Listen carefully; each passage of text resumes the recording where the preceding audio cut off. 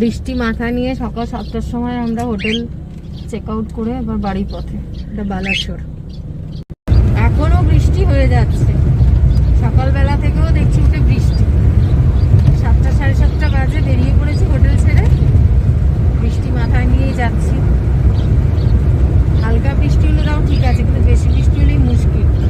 আর মাস্কটা পরে নিয়েছে, এই এতগুলো পশু পাখি রয়েছে দেখে।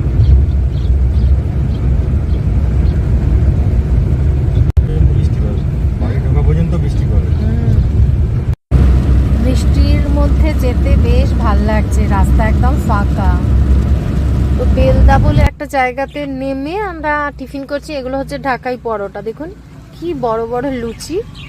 দেখুন না বাইরের ওয়েদার দেখুন কেমন, মেঘ মেঘ বৃষ্টি, ভালোই লাগছে একদিকে বেশ।